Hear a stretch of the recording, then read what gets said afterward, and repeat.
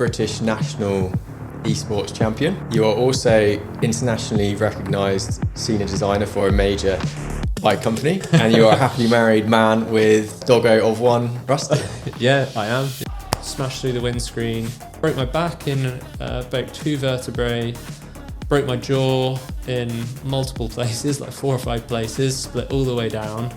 We were both mentally affected by that happening. The simple question was like, why is a pig that I'm choosing to eat any different to my dog? And you can't contest that. Is it that a dog tastes worse than a pig? What is it that you enjoy about eating, I'm going to say, flesh of another animal? Well recognised elite athlete around the world. Anybody that watches Swift racing knows your name. One of the best performances I've ever seen. I remember reading that and thinking, who is this guy? Can you talk us through what happened? We have just wrapped our first ever podcast. I had Tom Perren on today. He was talking about his unique journey through cycling that has led him to become British national champion and one of the leading figures in the world for design. We also talk about a potential life-changing accident that changed a lot of things for Tom, and everything from veganism and high performance to how he approaches his day-to-day. Really hope you enjoy it. Please like and subscribe.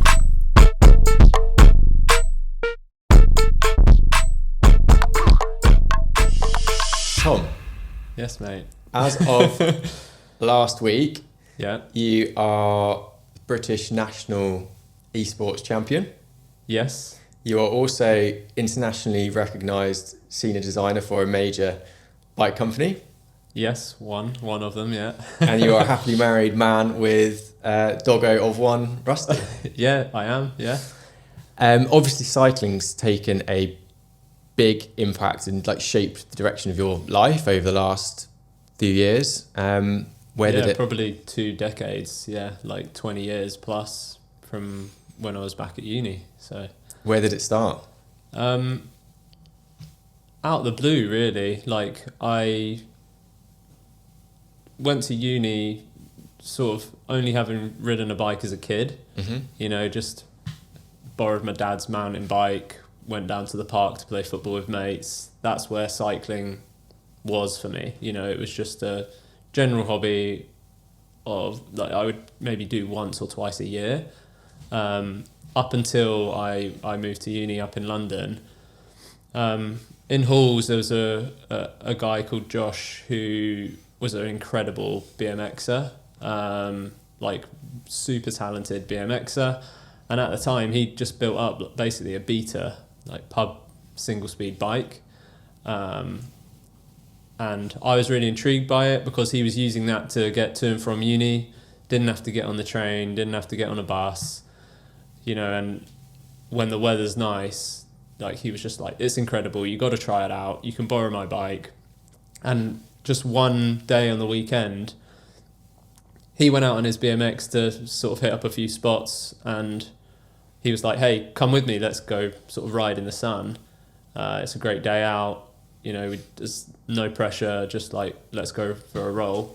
And that was the end game for me. that was the start of the end. And I didn't look back from that point. We had this amazing day out. We rode through London. It was the best way to see the city, really, for me. We went to spots that I'd never been to, having grown up in and around London as well. And yeah, it was just an incredible day out. And from that point, I was like, I need a bike. I need a damn bike. How do I get a bike? I'm living as a student in London. It's not easy. At that time, I didn't have a job. I was living on student loan. And yeah, I needed a job and I needed a bike. And he was like, having been sort of in a BMXer, he was like, oh, well, my friend works at Evans Cycles and he gets really good discount. He's like, yeah, he gets 50% or 60% off a bike, and he's got this amazing bike and it didn't cost him all that much money, and he just works part-time and he gets all his equipment and stuff there. And I was like, okay, maybe that's something I could do on Saturday, Sunday job, and outside of uni, because at the time I know lots of people have different experiences at uni, but my uni, we were in 4 or 5 days a week, and So really, job for me was just a weekend thing, and would, one, give me some cash, and two, allow me to save up to buy a bike at a reasonable price.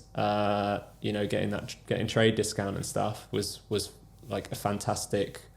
That was like the way I was going to get the bike that I wanted to ride around on. So yeah, that's where it started, and went down to Evans. Like, started at the bottom, had to learn up, about different brands, about all the componentry, about clothing, about kit, equipment, and they were really great. The guys in there, they sort of taught me everything about bikes at that time, and the mechanics were really great guys. They, taught me how to change my first inner tube, to, fixing and tweaking gears, to then that developing onto servicing bottom brackets and building wheels, and it just progresses. So I learned so much there. I was there for like 3-ish years or so. And then I was at London College of Fashion, and so the two worlds then combined, with clothing apparel and clothing design and cycling. I don't know, I can keep going. It feels like a bit of a life story. I don't know if you want to chip in on, or if I should just keep chatting. No, so I'm interested in how it combined together. So you were already studying fashion. I was doing like illustration within the fashion industry. So garment illustration and image promotion for apparel, essentially.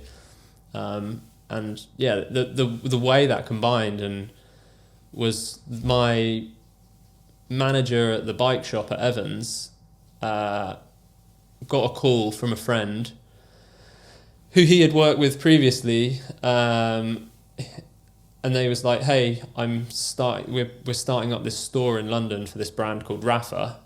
At the time, that was probably 2010 or 2011, and it was like, "Yeah, we're opening up this store for this brand called Rafa. They're like a fashionable cycling apparel company." And he was like, "Do you want to come with me? Like, they need people to work in the store." And so I looked into them, and it was like, okay, I love this. Like, the photography, the aesthetic of the brand, like, they really combine, a style element and cycling and the history of the sport and everything. It was what I was like really into at that time. So I decided to, put aside the bike mechanic kind of thing that I was doing, and then just started working part-time at Rafa instead of working part-time at Evans Cycles, still while I was at uni.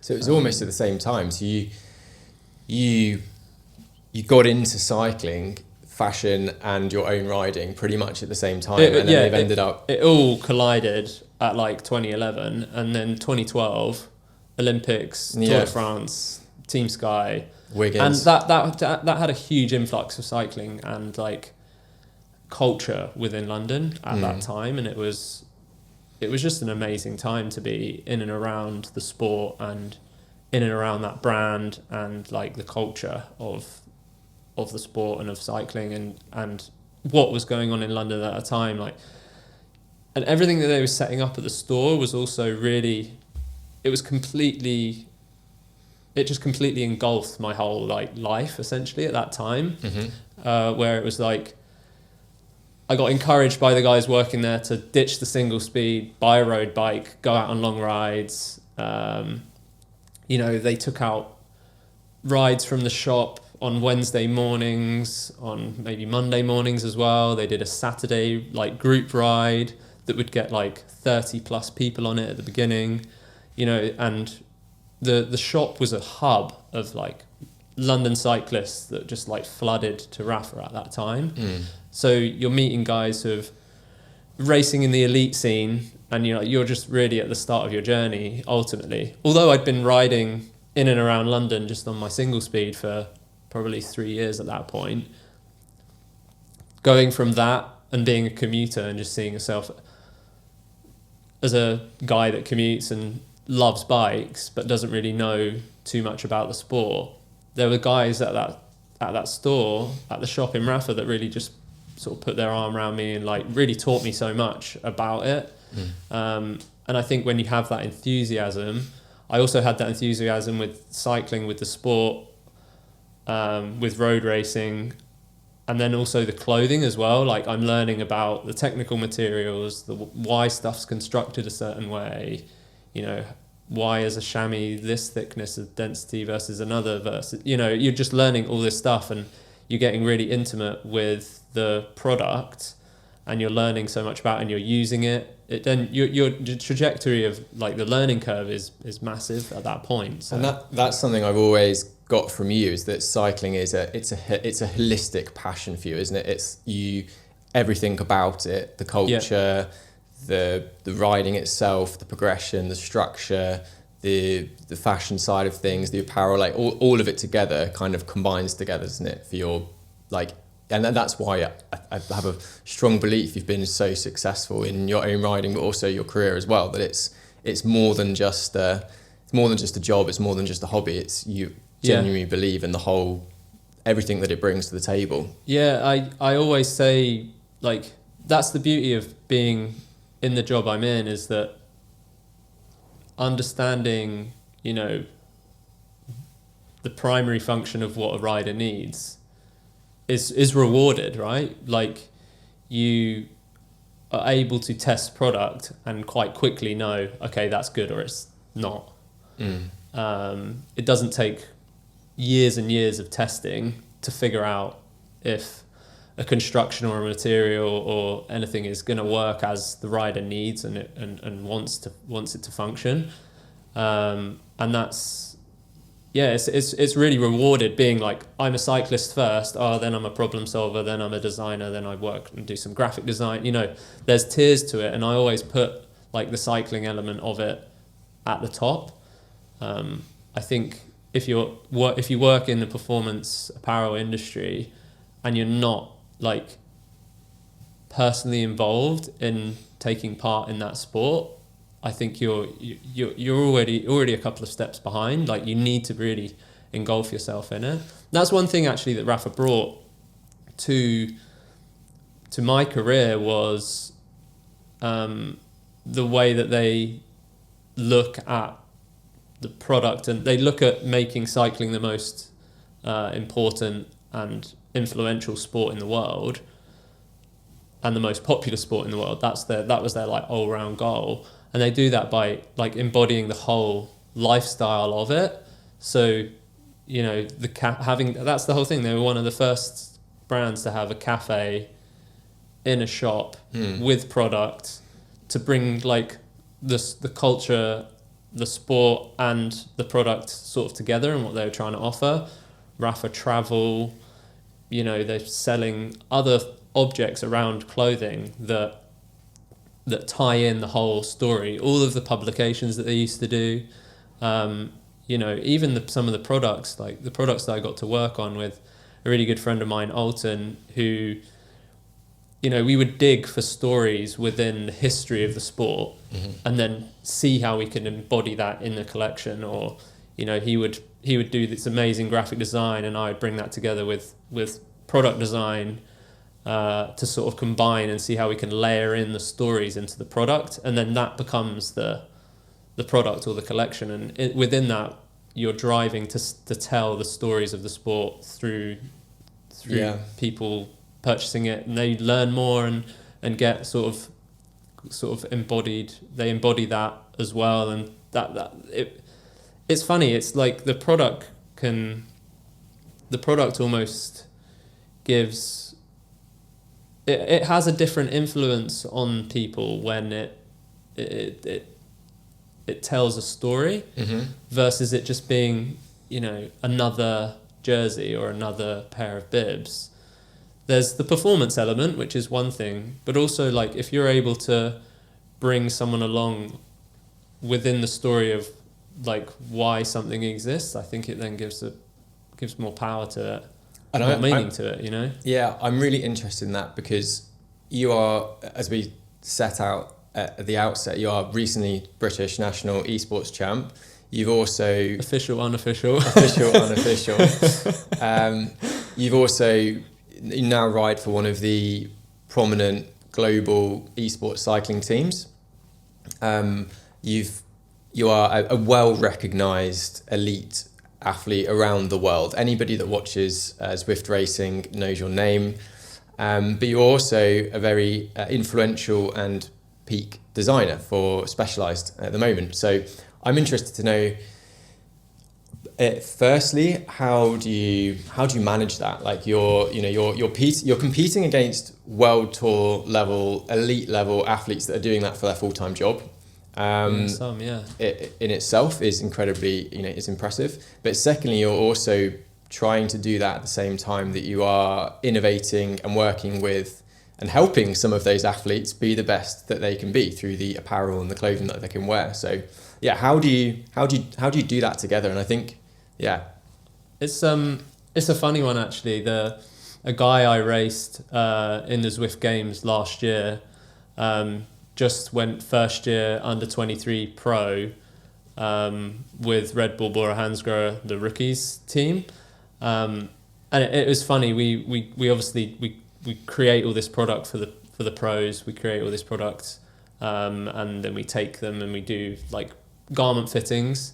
So we set up shop at a location, and then the riders come and have their fittings and they fit out in their product. It was actually the first time I'd met Lennart, and he was like, I know you, I've raced against you on Zwift and in the Zwift Games. And then he's wearing kit I've designed, but I've been racing against him a few months before. I'm probably tearing his legs off. No, I mean he's an incredible rider. There was him, myself, Freddie Ovett and Lennart Tugels that went to the line in the Zwift Games and the Climb Championship in March last year. So yeah, he's an incredible athlete. Comes from, I think he's speed skating for the German national team. Like he's a crazy athlete, but yeah, completely full time. And yeah, there's other guys in esports. I think what's so amazing is that anyone can do it, really, and balance being a dad, and it doesn't take so much time up, either setting that up or. You don't need the hours that you need to race in the world tour level or at like elite domestic level. You just don't need those hours. So it becomes, I think, easier to balance. But you're right, you're still having to race against guys who are, pretty much full time. There are esports athletes that are designated esports athletes as well now, that with the monetary backing of people like Zwift and of My Whoosh, they're enabling riders to live off of their winnings, essentially, which is incredible for that sport. From my perspective, really, like, it's just for fun. I ride bikes just for fun, and esports has given me, like, it's allowed me to carry on racing, have a sort of scratch my competitive itch, really. I found something that I'm able to do with the length of the races and the time that I can train and fit that in around all the work travel. Like I was on upwards of 30 flights last year, traveling around the world, and fitting in training around that is really difficult. I don't always take my bike with me. Very rarely I do take my bike if I'm traveling, just because I can't. Like it's plane, driving to there's just no time. Yeah. Drive to a factory, drive somewhere else, and you're constantly on the move. You're not settled in one spot where you go riding in the morning in this lovely location, and then you do your work and you're finished, and it's just not like that. You're on the go all the time, and work takes priority over riding, over my hobbies, because it's funny because riding is a passion, but also I love my job. I love what I do, and I put everything into it. So yeah, the cycling always ends up taking a hit over family life and then work. So, and how do you in your mind when you're prioritizing that? Because I know that's difficult. Like we worked together for a few years, and I remember when you were away last year, and we looked at the schedule for the Zwift Games last year, and you put all of your travel in, and it was like in terms of. From a performance perspective, it was a nightmare, wasn't it? Like trying to, you look at it on paper, and I was thinking, oh my God, like how can we make this work? This guy's literally flying. You had something like 6 or 8 flights within the space of like 3 or 4 weeks, which were all around the biggest races. But I mean, you went into that last race and you did like some of my best numbers probably. But one of the best performances I've ever seen. Like, I think it was, all things considered, I think you'd flown back a couple of days before, you hadn't been on your bike. Yeah. You'd been working like 12, 13 hours a day, and then you rocked up to this race, and I was kind of worried. I was like, is he even going to be able to get to the start line? Because we had a conversation the day before, and I think you were worried about even starting. You were like, I've done all this. Am I ready for it? And we had a chat, didn't we? And you got in there, and then I remember tuning in and watching, and you hit the climb, and you started attacking people right from the bottom of this climb. And I'm thinking, oh, he's feeling good. Like he's gonna fall. He's gonna blow off at the second half. I had two thoughts. I was thinking, I was like, one, he's feeling really good, and he's got it today. Or I was also thinking, well, he's feeling a bit nailed and up to it. So he's going to try and see what he can do to, like, as a team, working in a team. Because we do work in it. That's the thing. We're all on Discord. We work as a team when we race on, like, in esports, as you would any sort of elite race. When there's money on the line as well, like, teams do take it, like, seriously. And Next is like that as well. Like, we go out with a plan. Everyone says how they're feeling, and we execute. So it wasn't a bluff, I guess. I was like feeling good, but I think sometimes when you go into those races, you can almost be feeling like the over like freshness can sometimes just be disguised as I've got good legs. Like, you can feel really great to begin with, that then it fades really quickly. But you're right. Like, I think we worked it out like that. Within that month of races where there was one, I think it was like every other, at the time it wasn't once per week, it was every other week there was one of the big races on. And within the month I rode my bike like 9 times in total, and 3 of those were the big races. So I had 6 sessions or 6 rides that I could do in and around that time. Yeah. And you're right, like, it was America. I was in the US for 2 days, flew back, then went to Italy factory, then drove up to Munich in Germany, and then flew home. And like all that time, I didn't have bike with me. So, it was a lot of moving around. And I think the biggest benefit that you gave me, Joe, was actually just like, you might have not been feeling confident. I definitely wasn't feeling confident, but you didn't let me know that you weren't feeling confident. Like the stress reliever was the biggest thing for me. I had confidence in you as a person, and it's obviously we tried to control, didn't we, everything that we could control within that period of time. And I think we should also say as well, like, you trained really well, didn't you? Like, the few months before, we did a massive, like, some really, really good training with this insight. Like, we could plan and we could predict that you were going to have a busy period of time. So the mindset when we went into that block where it was Swift Games and you also had all the travel was very much about, we know we've done the work, now is about getting you in the best confidence space, the best mindset for you to feel. I think it was stress management, really. Exactly. It was you're flying a load, like, you've got long haul flights, you've got other flights, and at that time of year as well. I mean, during like the period of, I guess, the esports season, right, starts in October, finishes around March, April time. That's rife for people getting ill as well. Like, it's middle of the season. If you're traveling a lot, everyone's getting ill. Everyone's picking up like seasonal bugs and stuff. And you see that a lot of good riders in sort of the esports space. They'll get ill 2, 3 times. But I managed, like, for whatever reason, I just happened to like land on my feet and I didn't get ill. Like, we managed to travel really well. Like, I didn't feel overtly, like, we weren't putting on extra, like, you need to train here, you need to train there, because I was on a plane, long haul, really intense work, flying home. Like, I think that the fact that I didn't ride a lot more than likely actually helped. like with just managing stress and fatigue in general. And I think that's a really fundamental part of that success, wasn't it? That your total stress burden was, that was the main thing we were trying to manage. And I think if people looked at your training that you did in that time, they'd be kind of shocked, wouldn't they, for the numbers that you did, the performance that you had on that climb, which was, you finished third. Yeah, finished third, and then fifth overall in like the overall championships. But the previous races, I think I had been on the Zwift Games. I think the climb championship, I had a week to settle into that one, whereas the other two, I was getting off flights and then racing the next day.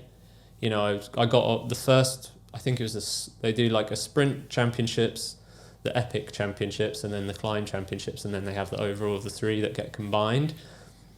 The sprint championships, I'd flown back from US on the Friday, raced on the Saturday. I had an okay result. It was like top, I think it was maybe like top 20 or 15th or something around those kind of numbers. The epic championship again, like, was slightly longer race, but had like flown back from Munich and been away that whole week. But the climb championship, I'd actually had a week to like rest a little bit at home, so I went into it feeling more calm and more relaxed in that sense. Like, I wasn't just landing and getting straight back on the bike to race. But yeah, still, nonetheless, I think the training, like you say, the training around that time was a bit like, I sometimes look back at it now, like even for the Zwift Games that have just happened, looking back, like, what did I do? What did I do to like get to that peak fitness that I was at during that time? But I think you're right. Like the months prior, I'd done a lot of like Zwift racing, and I was probably due a decent rest, to be honest. So plus, I think it was your mindset at the time, wasn't it? It was that you'd gone into it knowing that you'd controlled what you could control, that you'd done good training, that you were in a good place, that you knew also you love your job, like your job's very important. You wanted to do a brilliant job on your job. That was the start of the like super like really exciting project working with Red Bull. So yeah, I was like gun ho on like making the best of that project that we've got at the moment, that's still currently running. So yeah, I mean that helped. Like I had all that like hepped up like encouragement, enthusiasm for that. For this project. So. And I think it's very difficult to put a number on that, isn't it? I remember us talking quite a lot about that at the time. Yeah. You were concerned about the lack of training that you'd be doing and all of the travel that you'd be doing. And I remember us having this conversation of, you're doing something like, this is your dream scenario. From a work perspective, career, like your passion, like the energy that you can draw from this. And it was then a lot about how can we leverage that so that you're not going to be able to ride your bike as much, but your general, enthusiasm and energy is going to be taking quite a big like push up because of the work that you're currently doing. Yeah, I sometimes have to like check myself when it comes to the pressure that I put on myself around races, because again, like I said, I do it as a hobby. I do it for fun. It ultimately, like, I think that's why, like, I did that 1 year of, raced on the road for a year pre-COVID, and then COVID hit, pandemic hit, lockdowns, and took up esports. And a part of that year that I've, like, reflecting on the year that I did in road racing, starting racing, going from, like, 4th cat, 3rd, 2nd, and then, like, being in some of these races, even at, like, the sort of the national B level, it's not really, really like high up or elite level, but I put so much pressure on myself. Yeah. And it's like, what for? It's really like, I'm doing this for fun. If it's not fun, then I'm just gonna, I need to just take a step back and reflect on it. And I had that a couple of moments with regards to the Zwift Games this year. It's like, and even the nationals last week, it's like, if I don't get a result, I don't get a result. Like, what does it matter? Like, I'm not trying to prove anything to anyone. It's for myself. I'm doing it for fun because I do enjoy it, and I do enjoy the feeling that you get from racing when you're in the race. But it's it's almost like mentally checking yourself in and around and pre the race that helps quite a lot, just to say like, this isn't my job. Like, it's just a hobby. Like, I really enjoy that part of it. I enjoy the team element of it that we've got going on at Next. I enjoy the competitiveness of it. And if I can get a good result or finesse a good result and actually my numbers aren't great, then that's better than having great numbers and it just being for nothing. It's like, it is just for fun. And I think you've really like nailed something there, because it's something I see in a lot of my athletes, and you're not the first person that's happened to, where a refocus or a concentration on the enjoyment side of things, no matter what that might be. Whether for you at that time it was, you know, getting the energy from the like really exciting work that you were doing.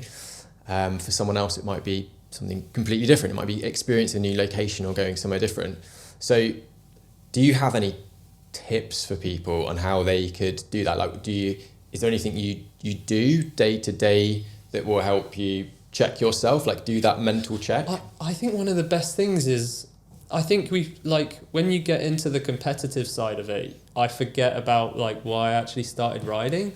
Like when I go back to some of those early rides that I was doing with the groups from like the Rafa Cycle Club, you know, some of my early rides, we were going out and doing like 100k, 150k, like early on riding a bike. And it was about just like being outside and like going to new places, and you're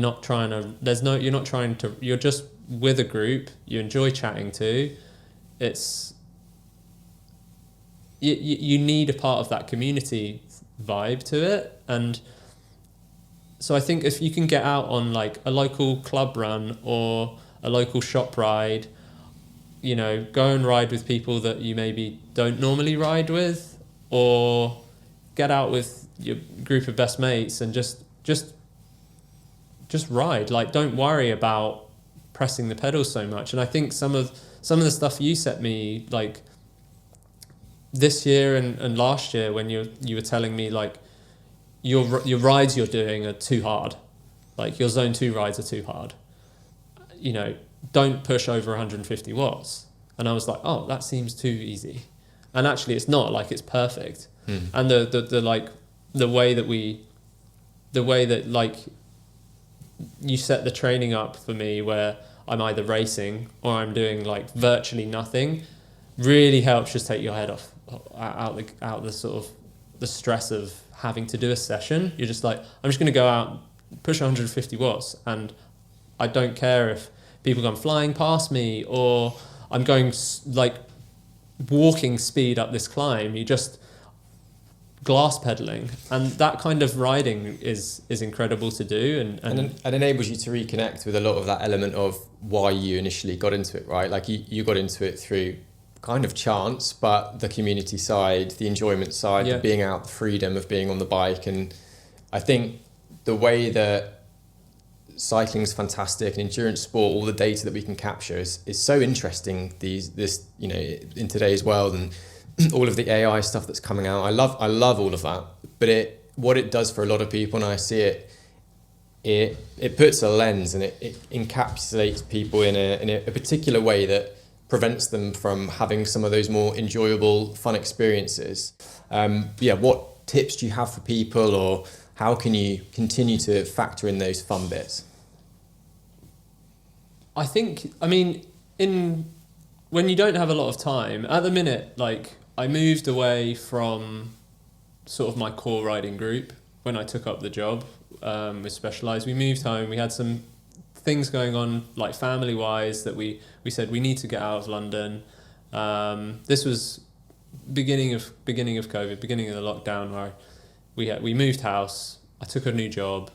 There was some family like stuff happening as well, that we wanted to be closer to family, and that meant that actually we moved out of central London, moved away from my core sort of group of friends and riding group, and you know, I found myself, you know, back in sort of Surrey, not having a riding group, and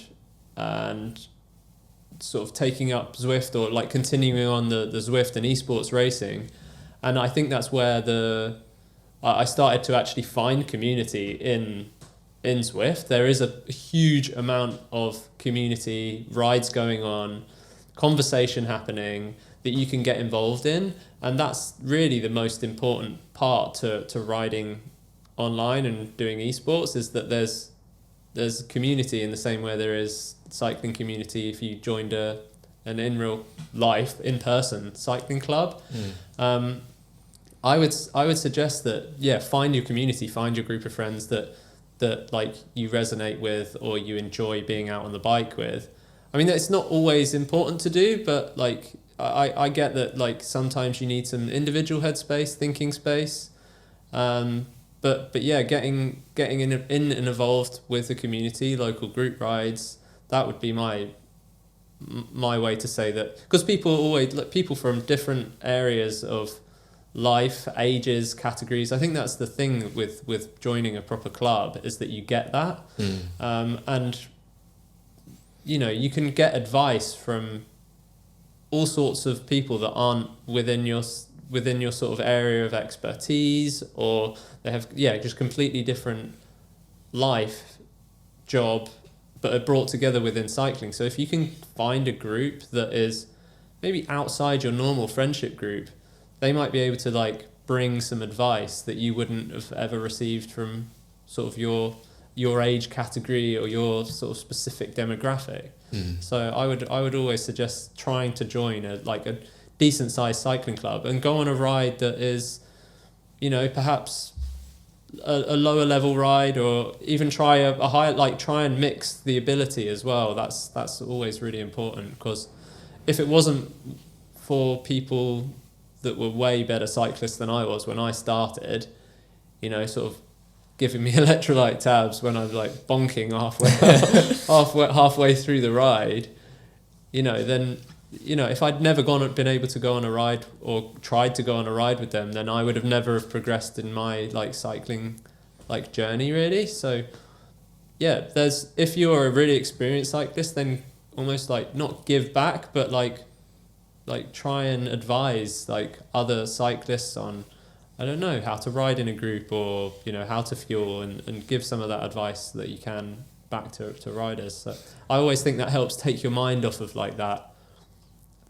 I need to ride to this zone for this many hours or this amount of time. It's like, just like go and have a chat with someone. And speaking of clubs and teams, which probably we're a good chunk into this now, we should probably explain how we first met each other.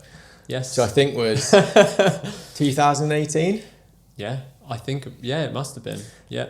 And I quite distinctly remember the first time I heard your name and how that came to be. I don't know. You had turned up to a Fourth Cat crypt, and first race. Yeah. And I think something along the lines of, I heard this story. This guy turns up to a Fourth Cat race.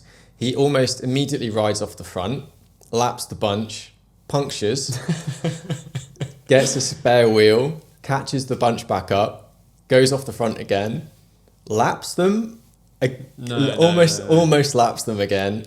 And did you puncture again? Yeah, punctured twice. Punctured twice. But after on the second puncture, I punctured in the bunch. So I went from being off. I went off the front. I punctured. I didn't catch them when I went off the front, but I had a good perhaps minute or so off the front. Punctured. I didn't have spares. Like it's a crit at Hog Hill, like a small circuit. So you didn't have spare wheels. A guy watching on the side was like, "You can have my wheel." So I was like waddled over to him in my cleats and swapped out the front wheel, and it's it's a random guy's front wheel, and the bunch sort of caught me back up, so I lost all my time. I sat in the bunch for a little bit. We'd done another couple of laps, and then I punctured again from the bunch. Same front wheel, so I punctured this guy's wheel, I was a bit upset about. Like, and then I was like, that's it, I'm done. 2 punches, like we're halfway or 3/4 of the way into the race. And then I'd sort of gone over the side and everyone was like, no, there was people watching because it was a 3-4 race. Or no, it was a 4th cat only race. There were the 2s and 3s waiting on the side for the race afterwards that they were going to do. So they're all like spectating. So we've got like a decent little crowd watching. They're like, no, change it again. So like someone else gave me their front wheel, so threw that in. And then by that point, I'd probably lost 30-40 seconds to the bunch again. So there I go again, churning, and you got all the marshals and stuff like really like, go on, like cheering me on the side. And yeah, managed to catch the bunch with like 2 laps to go. And then I just like, when I caught them, just decided to just like try to just ride, like really try and unmotivate them. Just rode straight through them, and then managed to take the win, which was great. Absolutely not. I remember reading that and thinking, who is this guy? Like, who does that? Like, it's nuts. So we were in a. It was a good race. It was fun. I'd obviously been at this point, like 2018. I'd been riding for. Yeah, a long time. Quite a while, and riding with guys who are really good on group rides, and had some, friends who are really strong, racing elite level, like National A and National B road races, who are my like friends who I would go out riding a bike with on the weekend. I'd been egged on, like at Rafa, I'd been egged on for years about racing, but I'd always it always felt so daunting to me going and racing, even a 4th cat crit. It sounds stupid to people probably, but for me, the mental factor of like overcoming that and actually turning up to the race was a huge thing. And I think I attacked off the front because I didn't really want to be in the bunch. I think a lot of people sort of, when they first start, maybe try that. They don't want to, you're cornering people you've never ridden with before. Like my local friends and riders that I did go on a ride with, like weekend rides and stuff, I always felt confident being in and around them and descending, and you become comfortable in that space. But then when you've got like 30 guys who, they also could be doing their first ever race, you have no idea how good they are at cornering or what their bike handling skills are like. So I just wanted to sort of get out of that experience as quick as I could. But yeah, I'd been egged on for years to like, just go and pin on a number, it'll be fun, it's really good, this, that and the other. And it's like, I think that pressure of like myself plus other people thinking I would do like okay at racing, like built up that and it went for so many years of this happening that I had this like build up of like almost like personal and it's a weird external thing of like, or do I need to prove a point to these people that think I'm going to be good or not? And I think that was like, that first race was like a really big weight off my shoulder, like mentally as well. And then, I guess we met and like joined the same club at exactly the same year. Did some races together. Yeah. Stayed in a little room in Wales together.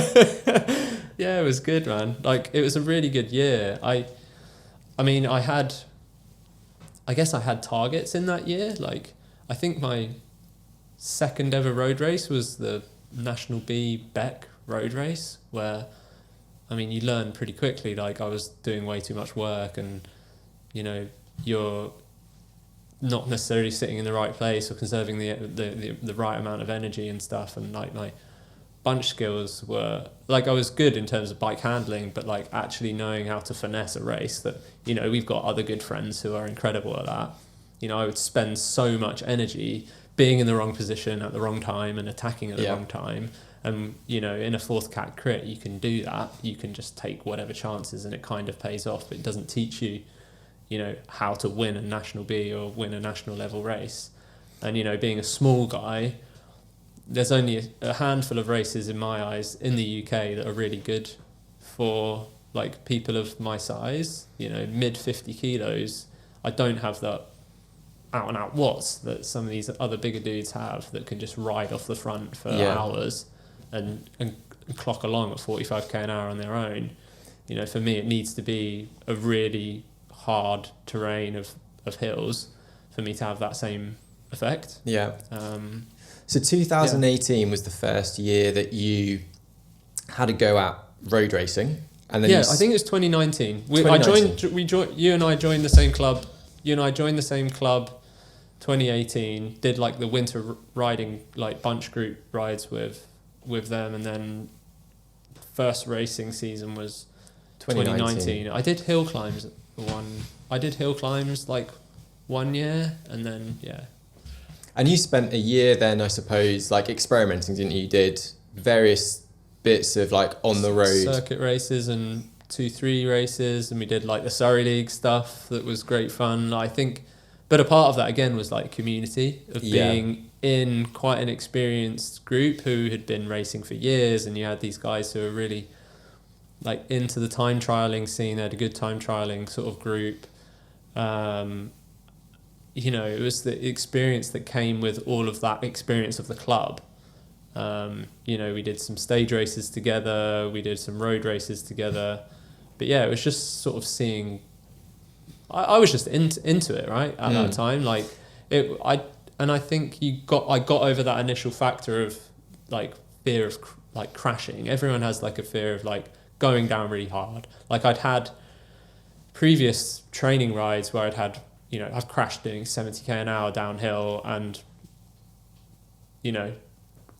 been lucky to be alive in those situations. Sometimes you come off and you're like, that could have ended really badly. And so starting race, that was before I'd even started racing. And then you start racing and you actually you get to a point where you start to feel a little bit safer and more confident. But that takes time to build up. And then midway through the year, had a bad sort of accident. Wasn't my fault. And then, it's just a racing incident. Someone cuts across your front wheel.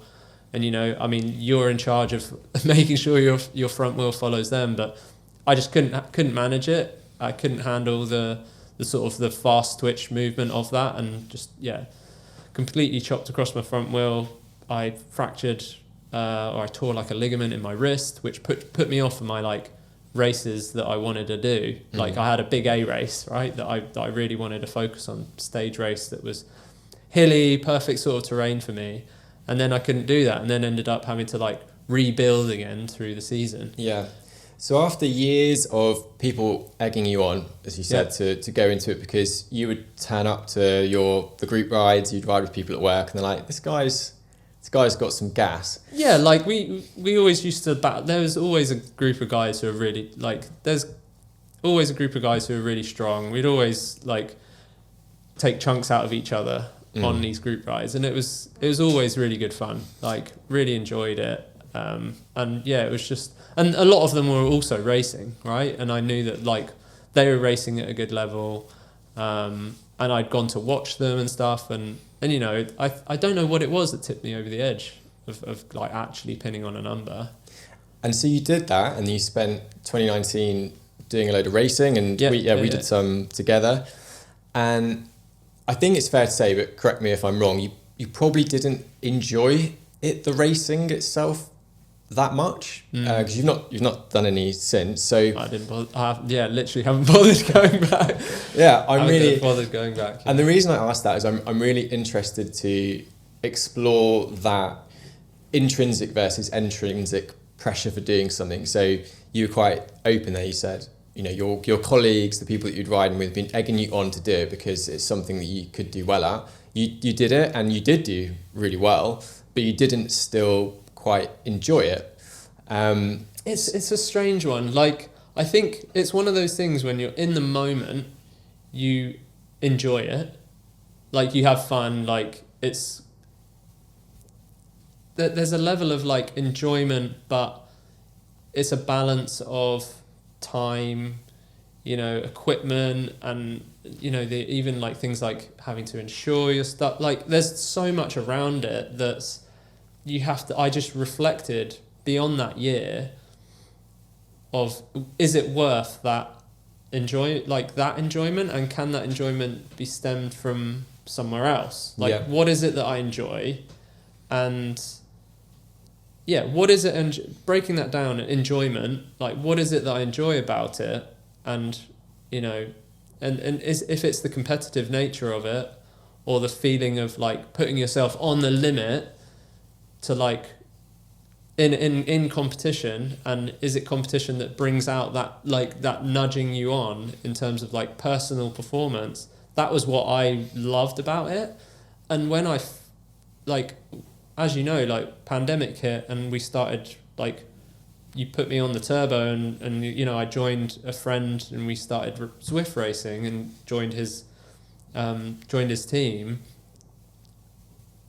When I found that competitive itch, and like I could find my progression physically, like nudging up and up because of that competitive nature and that enjoyment, I just didn't need to go back to road racing. I'm looking at it like I can't weigh these two things up.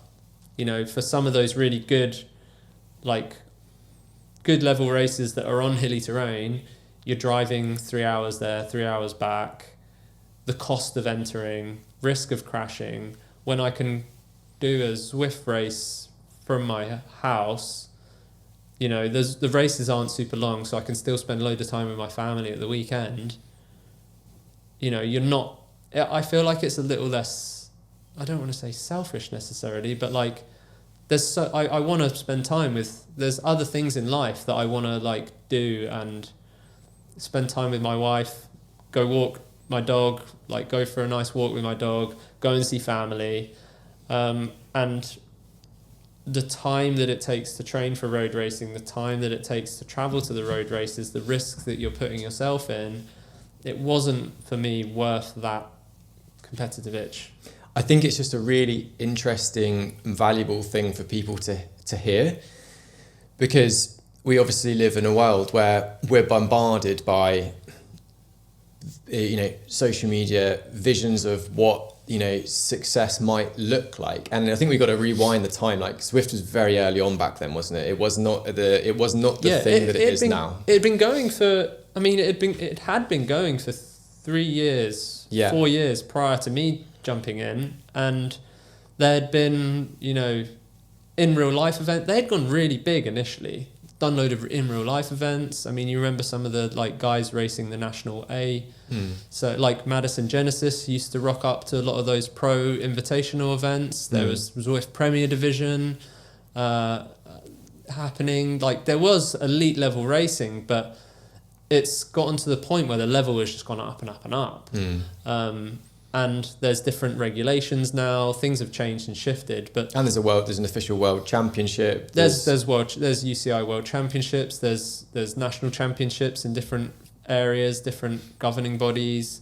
There's a few really key races in the season, and there's also My Whoosh as well. That's a completely different platform that's offering huge monetary sort of prize pots.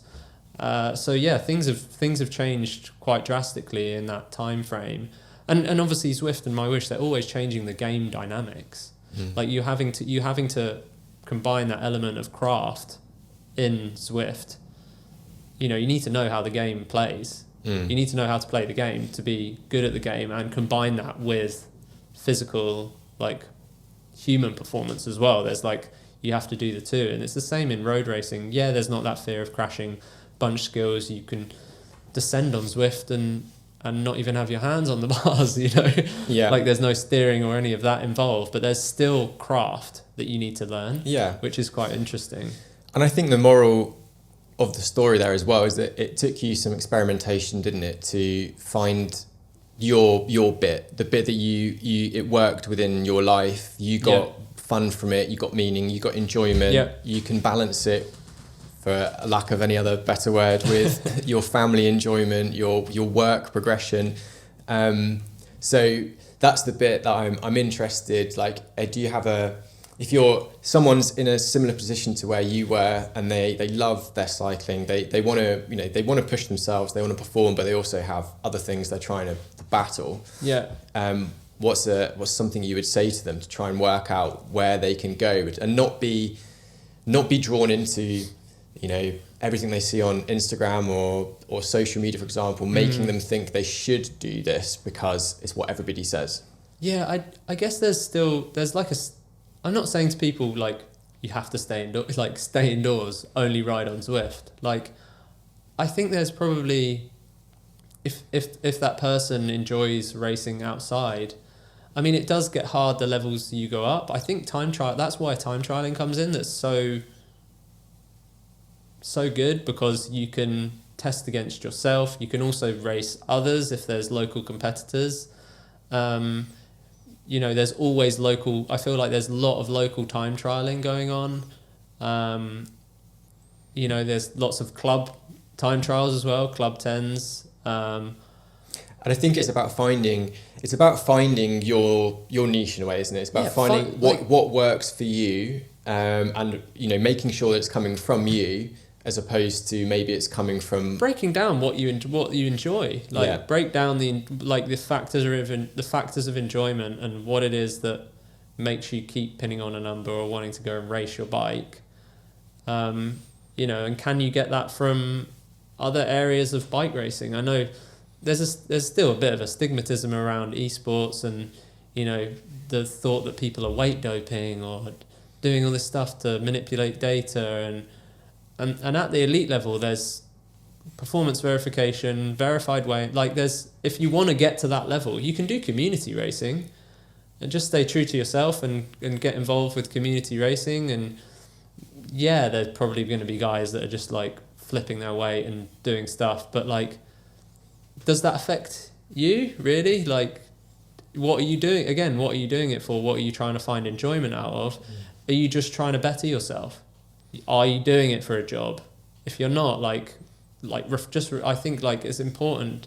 I mean, it was important for me. It may be different for others, but it was important for me just to reflect on all of those things, to try to find that right balance. And it's still a work in progress, I think I'm still trying to balance, the time that I'm involved in and around cycling with switching off from that as well, and spending time with wife and family, and there not being conversations around cycling, because it's at the moment it's work, hobby, and it's it kind of engulfs even my house at the moment, because I work from home. There's a really difficult it's really difficult to separate work from home, because work is at home, and samples and all my products and stuff, and when I'm analyzing, it's all involved. So it's still a work in progress, trying to find that the best balance for cycling and things outside of cycling as well. I think it's everybody. Everyone's probably everyone's going through these same balances. But I think you're nailing fundamentally the only way that you can do that is by having a clear idea of what's important and where you get enjoyment and where you get your value. And I think but that's always shifting, right? It's quite a changeable thing. It won't be the same one thing to the next, and big things will happen which might shift your perspective on that. Yeah. And I'd like to ask you now about what happened at the end of 2022. Because that was a big shift, and I think it's not an over-exaggeration to say that your life could have been incredibly different. Yeah. So can you talk us through what happened? Yeah. So it was essentially leading up to the beginning of the esports season. So I'd been going really well. At the time, majority of my training, beautiful weather. I think that's the thing with esports seasons, is you can do all your base miles through the summer. You can do all your base miles in good weather, and time outside in good weather. So it was, beginning of the season. We'd been renovating a house. We weren't living at the house. We were living with my wife's mum, sister. And I was training out and from theirs. We were also planning a wedding, which was coming up in the September. And yeah, just one morning out on a like sort of a normal training ride. I think I was just heading out for like 3 hour steady ride and to get some time before work. And yeah, 100 meters from my house, driver just ran me over, came out from his driveway, and looking the wrong way, ploughed straight into me. I managed to sort of hit on the brakes, but hit the bonnet, face went straight through the windscreen, and yeah, it was probably I'd say it's probably one of the most traumatic experiences that I've had to endure, you know, and yeah, it was only down the road from, you know, I just rolled out for the ride, hadn't even really gotten into it. I was focused on getting away, getting out into the lanes, and into sort of more of the countryside, and then yeah, bang, this happens.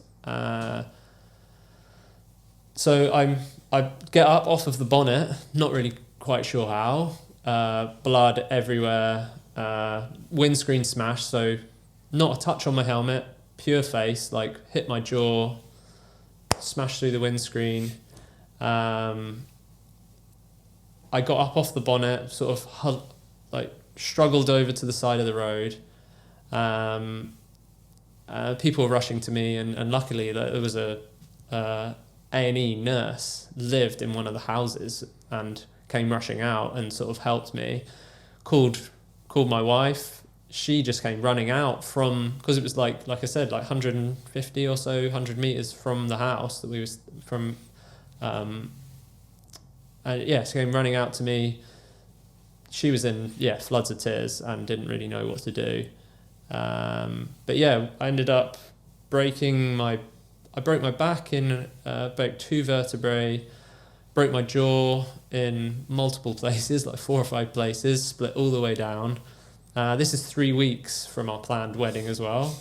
So there's like that, plus the stress of like, you know, not knowing whether I had a brain bleed or broken my neck or something really severe. Like at that moment, I'd managed to walk off the car, and sort of sit down, and yeah, rushed to hospital, operation. I guess that's it. I don't know how much more detail I want to go into, because it's perhaps quite graphic, but yeah, not in a good way. And yeah, I mean the windscreen had sliced my face. It's healed up pretty well, but it sliced my face all the way down from like the top of my sunglasses down to my nose, and yeah, cheek was not where it should have been. We might be able to put some photos on if you're happy to share them. I mean, I'm happy to share photos. I don't know if people would want to see photos. Yeah, there was a guy actually that caught. There's a video of me getting off the windscreen. Yeah, I've seen that. So I mean, if you want, it's quite traumatic. You can crop that in. Yeah, if you need, I can send that to you. Like just to give an idea of actually what happened. Yeah, well, I saw you. I came to see you, didn't I? You did. A week or 2 weeks after. Yeah. I mean, you didn't look good. I'm not gonna lie. I mean, you had this contraption in your mouth, didn't you? That they basically like tied your mouth together so that you couldn't move Full your Kanye whole West mouth. Yeah. So in the way that the jaw, so it split all the way down the middle, was like kind of completely disjointed. The top joint was fractured off. Actually, is still completely dislodged. That's not connected on this side. But they wire in between your teeth, and they basically clamp your jaw fully shut. They put plates in down the front, but they essentially they clamp your jaw shut, and you have to eat all your calories through a straw. So think that initially they said around 10 weeks of eating through a straw, and so that's 3 weeks wedding. Yeah, I'm gonna be, if I am even gonna be going. I think a lot of family were just like, well, that's wedding off. Like he's not gonna be going to that. Not gonna be attending his own wedding. RSVP won't Yeah. be attending it. Yeah, so I mean, we didn't know what was going to happen. We planned, and we're doing the wedding ourselves virtually. You know, it was a smallish wedding, village hall. I mean, we prioritized people, food, and booze for people. Like, location it was in a beautiful location, but essentially like village hall. We tried to do as much of it as we can ourselves, the flowers, hiring things and setting everything up. So we've got all of this stuff booked. It wasn't just being managed by someone that you could just say, okay, it's off now, you deal with it. It was very much like an additional stress on that time, which I think it was like Maddie, my wife was great. She was just, you know, let's focus on getting you better. Let's not, like, doesn't matter. If it doesn't happen, it doesn't happen. But I was adamant, like, even like a few hours after the accident and I'm laying in hospital, like virtually unable to talk, not knowing what's going on.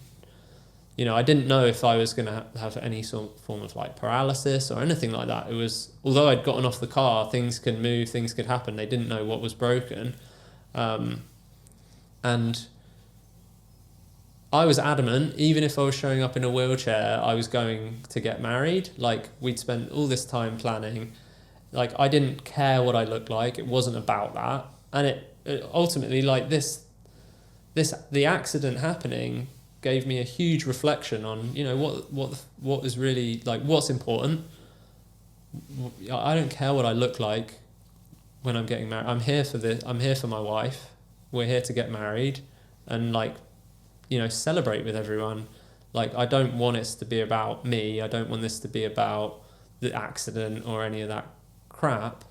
And ultimately it made when we got to the day and we did, like, have the wedding, it made it all that more emotional, I think, for me. I had moments just, like, breaking down, just, like, I couldn't quite believe that it was happened. It's not an exaggeration. So 3 weeks before you could have died, right? Like, it was a serious accident. As I said, like, I saw you a couple of weeks after. I've seen the video of you going through the wind, like getting off the windshield. I've seen the state of the windshield, and I've seen the X-rays. Like, it was a big thing. Like, it, you know, and hopefully most people never have to go through something like that, because it's obviously traumatic, and you're still living with you know, surgery that you've had to have done, and any other bits and pieces. There's still difficulties, like, physically less so. Like, I've been good and can manage, like, that stuff's manageable. Mentally is a different game.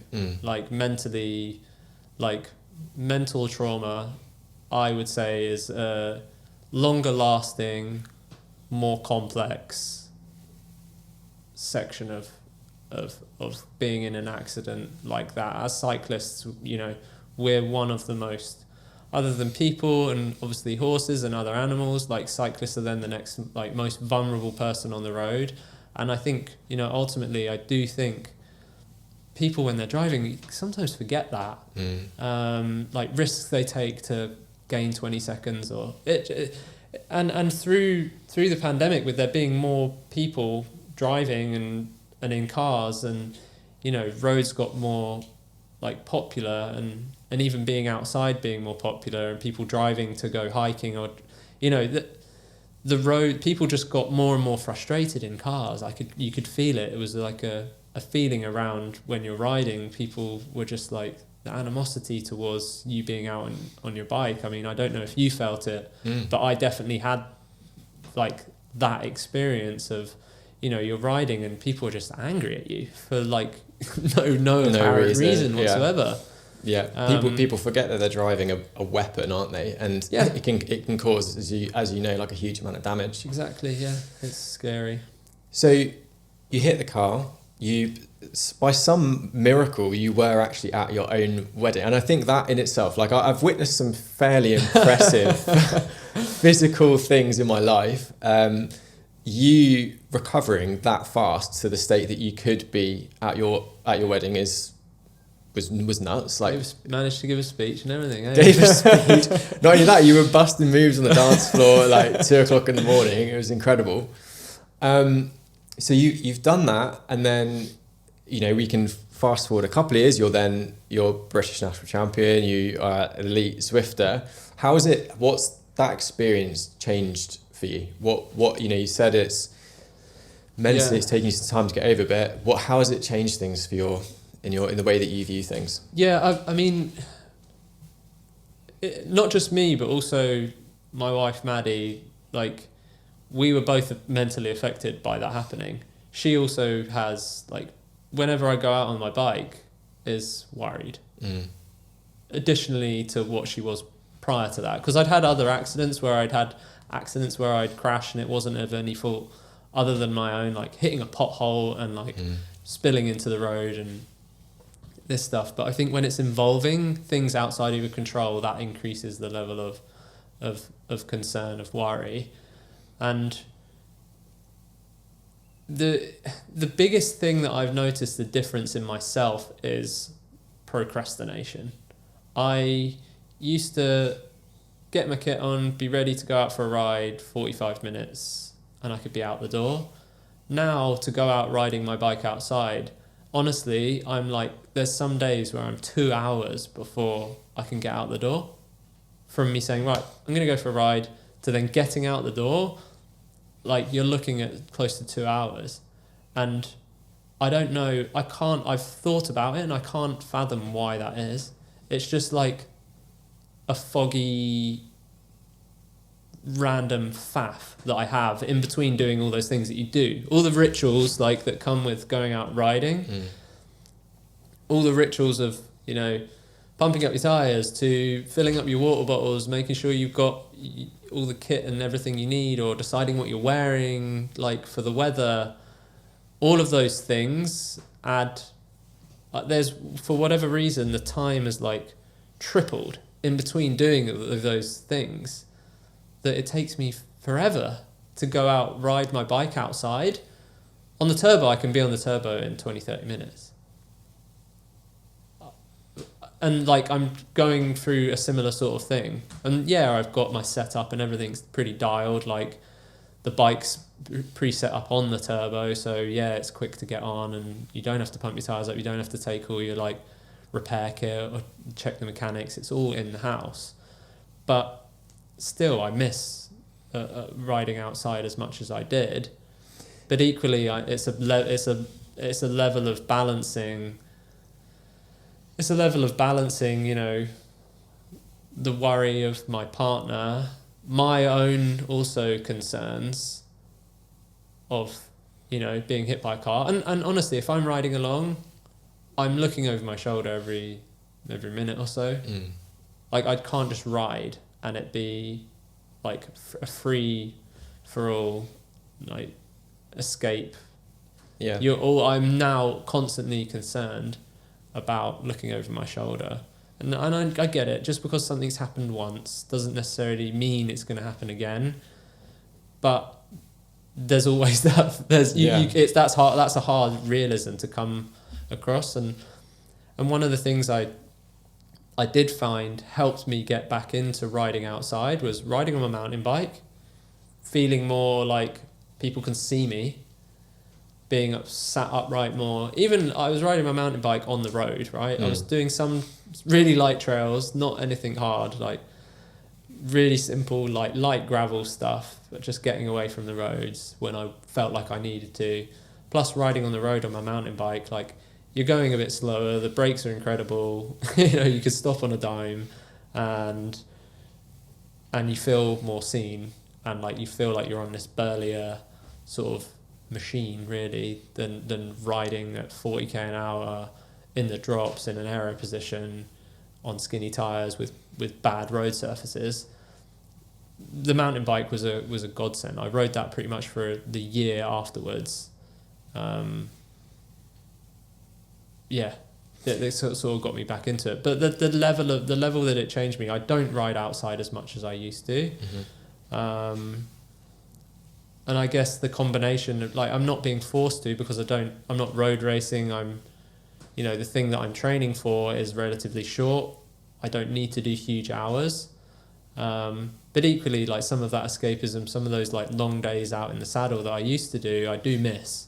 Yeah. But it's a balance of like, again, is that worth it? Can I get the same enjoyment now of doing a 2-hour ride? Now where I'm living, like further outside of London, I don't have the need to do the hour to get there and the hour back. So you've got those 2 hours of like junk riding through like the city to get to the lanes or out into the countryside, where I can now do 2 hours and feel really refreshed.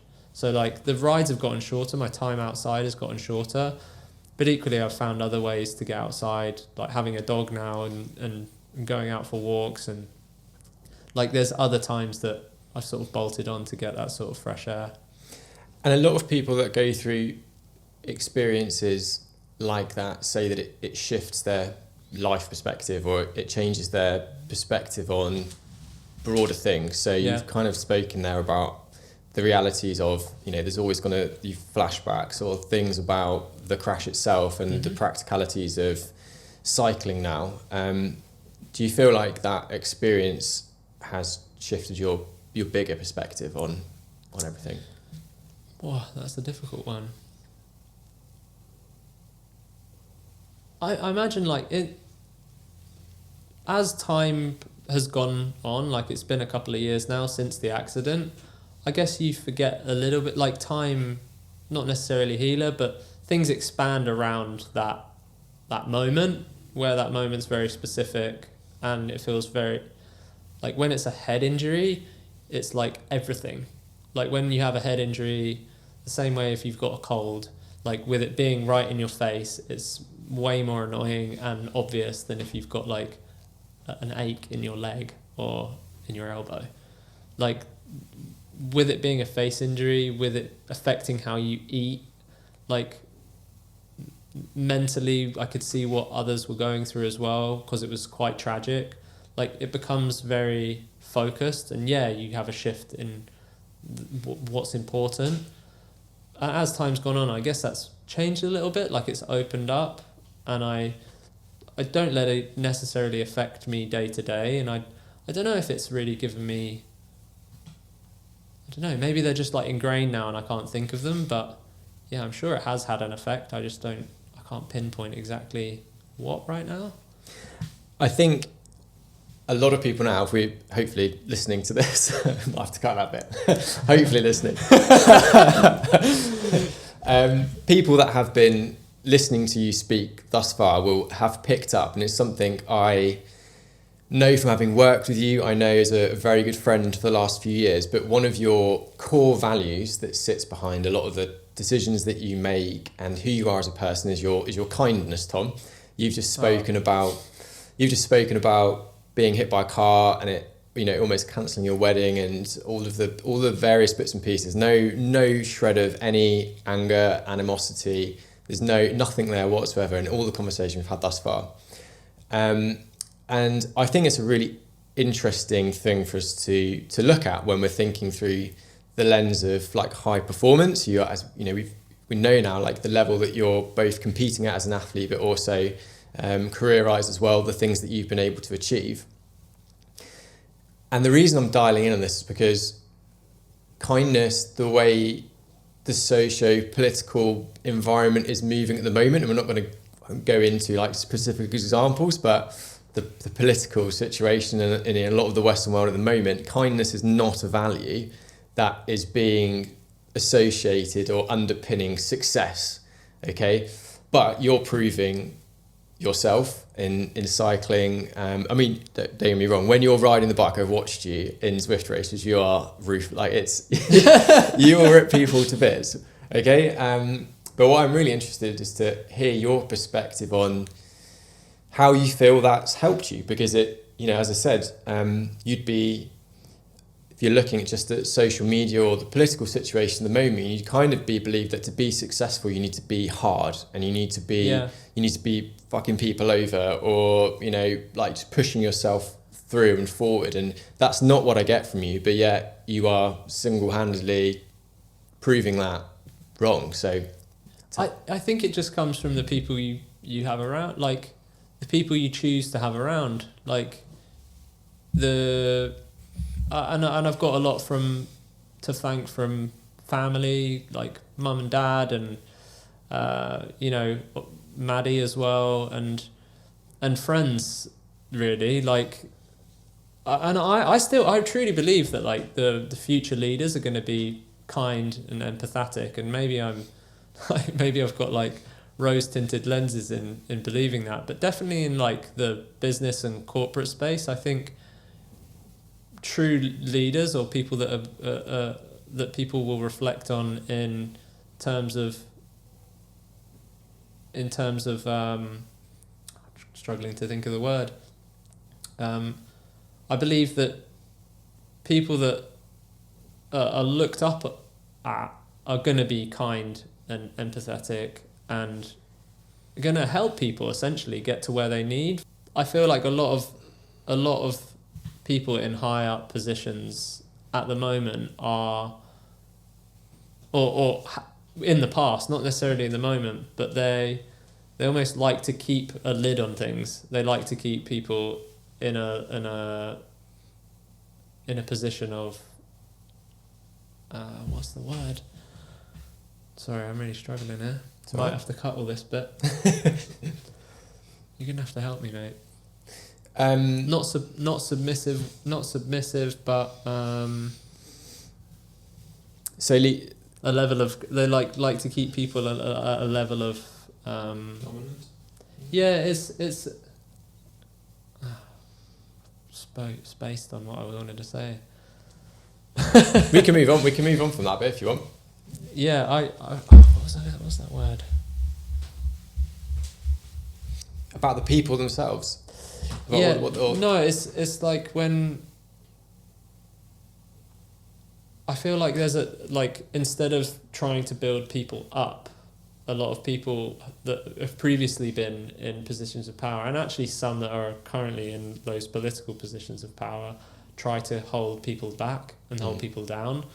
And I believe that there's going to be a position where success is going to be measured in empathy, in kindness, and in enabling people to be better.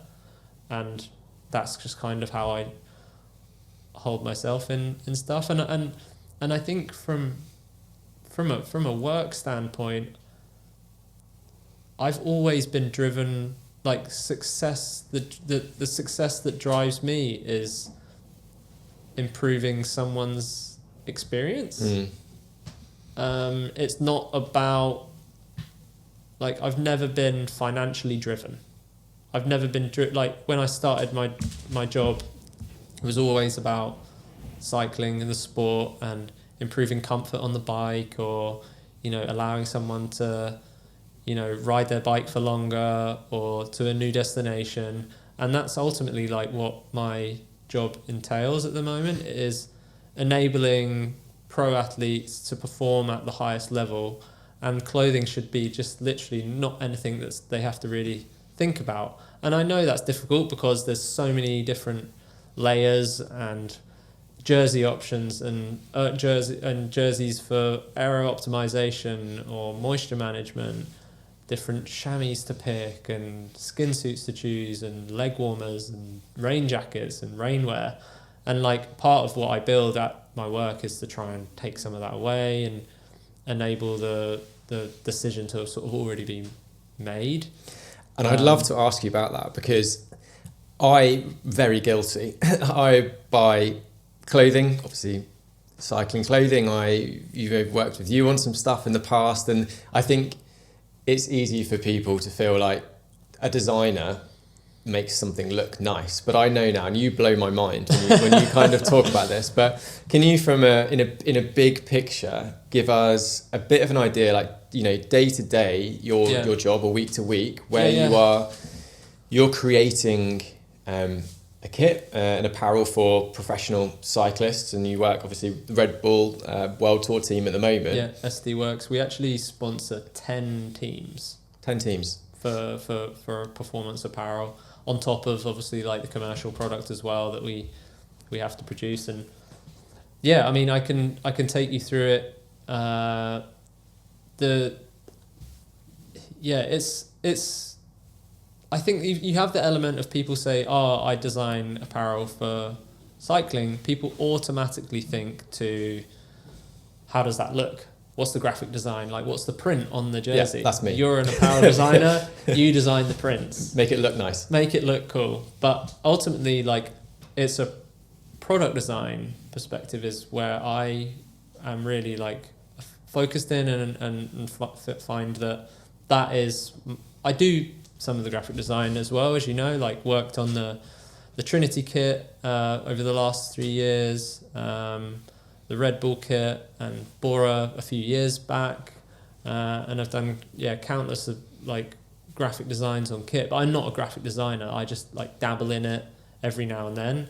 My main passion and what my job is about is product design, so material selection for use case, the pattern cutting of the kit. So when I say pattern cutting, the cut lines, how that is pieced together, how it's constructed, like either sewn, whether we implement like heat welding or ultrasonic welding and bonding, to all of the trims. What does the zipper look like? How does it function? It's really a performance and function driven job, and isn't graphic design specifically. Graphic design is the thing that gets like bolted on once the product is established. So this year, as an example, I say this year, beginning of March last year, we kicked the project off with Red Bull Bora Hansgrohe, and we built 50 new items of clothing and accessories for them from the ground up. So new materials, like material developments. We had multiple material developments happening.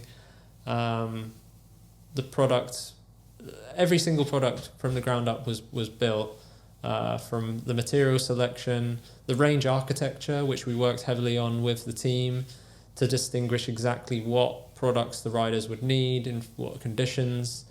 Also like optimal layering systems for product in different capacities, and that was built from the ground up. We did a lot of testing with the team. We obviously have to go and do all the rider fittings, so sponsoring 10 teams is quite broad. And when I say 10 teams, that's Red Bull Bora Hansgrohe have 3 teams, so it's World Tour, under 23 and under 19. We have SD Works, the women's World Tour team, who win seemingly everything they enter. That's then across cross country factory. We have our off-road team as well, that's Focus Gravel. We then have our enduro team, our downhill team, and also freestyle mountain biking.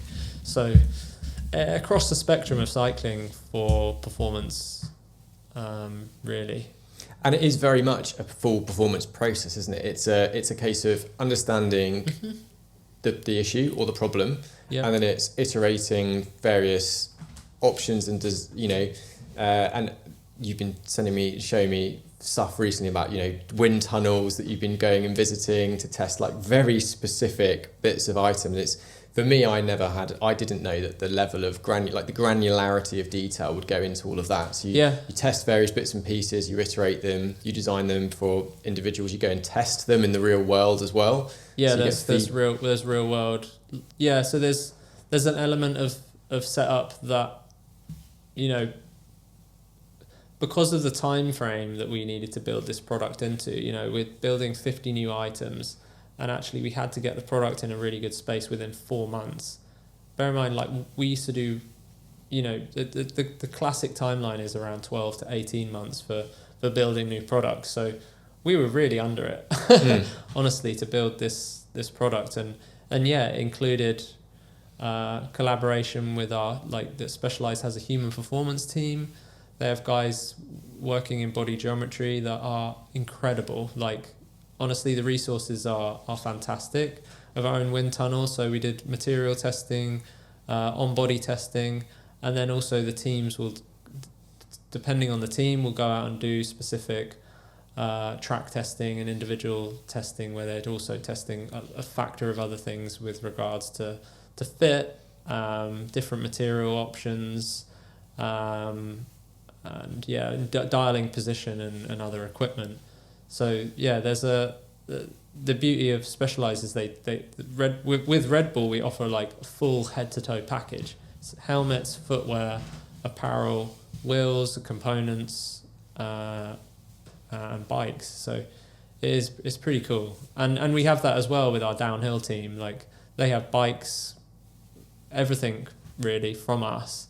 And we also do wind tunnel testing with the downhill riders. We were saving, in their new kit that we developed a couple of years ago, we were saving seconds on a 5-minute run.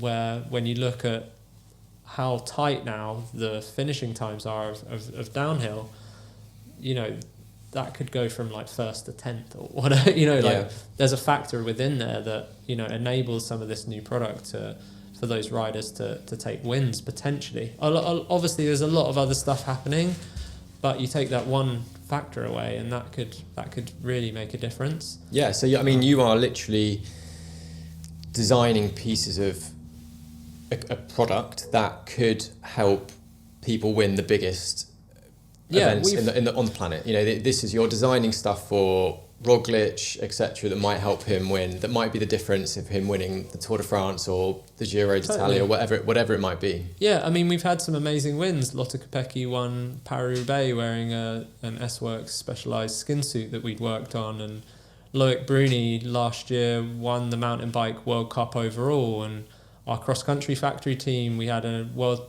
champion in the short track race, Victor Koretsky, and they won the overall team championship. Like there's guys winning the biggest races, and it's weird. You almost become when it gets to a point where you're working with the athletes and you're building this product, you almost like get desensitized to it a little bit. When I mention it to you and you're like what, and I'm like it's like day-to-day stuff, and it's not. It's really interesting, and there's actually so much about it and involved in it, and a huge team of people that enable this to happen. Including our factories and the mills that are making these incredible materials or fabrics for us, but the guys that are on the ground with the athletes, guys collecting feedback, the athletes themselves that are willing to give good feedback, and ultimately at the end of the day we're building the products to also like improve them the next year around. There's constant iterations in like producing products for pros that ultimately that's the main driver. It's like, where can we keep progressing? Like there isn't an end goal. Like yes, we might have some like timeline stuff with races, or it needs to be ready for then, it needs to be ready for this, but that's just a stepping stone really in the like constant progression of product that we're building for them. Yeah, and it's incredibly, I find it so interesting, the breadth, as you said, like the amount of people that are involved in enabling these, what looks like a singular athlete, to achieve these insane things, the amount of people, the amount of work, the amount of energy, the amount of time that goes in across the board to enabling like performance in a single individual. And you've spoken about it as well today, but most people can relate to that in terms of their community or their tribe or their club or their team or their coaching or their support network, whatever that might be. I'm interested to know, like you work with these athletes actually one-to-one as well. You see them in person, you talk them through what it is. Yeah, we do. So we do rider fittings where we'll go and fit the riders in. We have everything laid out, every single product that they can try on in whatever size, and they select their sizes. We also do customizations for riders on sort of key specific items, like race items we'll do customizations for, TT suits or road suits, and anything within the aerodynamic sort of space. And we, the beauty of cycling is that there's not one body archetype. you have to build this product, and it has to be flexible enough that it fits guys who are, broader on top, sprinters, much more defined muscle mass and definition. And then you're building stuff for guys who are like double extra small climbers. And then you're building stuff for women, you're building stuff for like every single like body shape within like the athletic form. And yeah, that's what I love about cycling, and trying to get the optimized fit for that is really difficult, actually. And something that I find really interesting that you've mentioned to me before was when you're working with these athletes, I think you could be forgiven for thinking a lot of it is sole performance focused. So it's, yes, obviously a lot of what it is about, it's about aerodynamic games, about winning races, etc. But something you said to me in the past was that for training and for most of the time they spend on the bike, they want to feel a particular way, because they're spending so much time, sitting in the saddle, riding around, that actually comfort and the way they look and feel on the bike is actually as important to them. It's really individualized. Like even in racing, like in races, like you'll get certain riders or certain individuals that will want things to be more comfy than others. Like you get guys that will really get in the smallest skin suit they can, and others that are like, I kind of want this a bit longer, or they want things adjusted for comfort. Even in when you think about it, doing a 3-week Grand Tour, like the chamois needs to work. Yeah, it needs to be set right. Like the fit needs to be dialed, and ultimately it comes down to like the amount of hours that the riders are putting into the kit. Comfort is almost one of the biggest performance gains or enhancers. And you work with these athletes in an environment or a setting which is often kind of away from high pressure and stuff as well. It would be team camps or sometimes that varies. One of our fittings that we did last year, we were at the start of the Vuelta.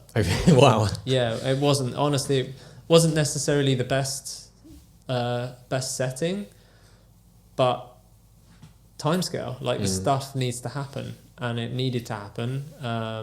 Ultimately we would have done it weeks prior to that, but these things happen, these things develop, and we're trying to get the riders their kit, and you sometimes need to do this in sort of higher stress sort of environments.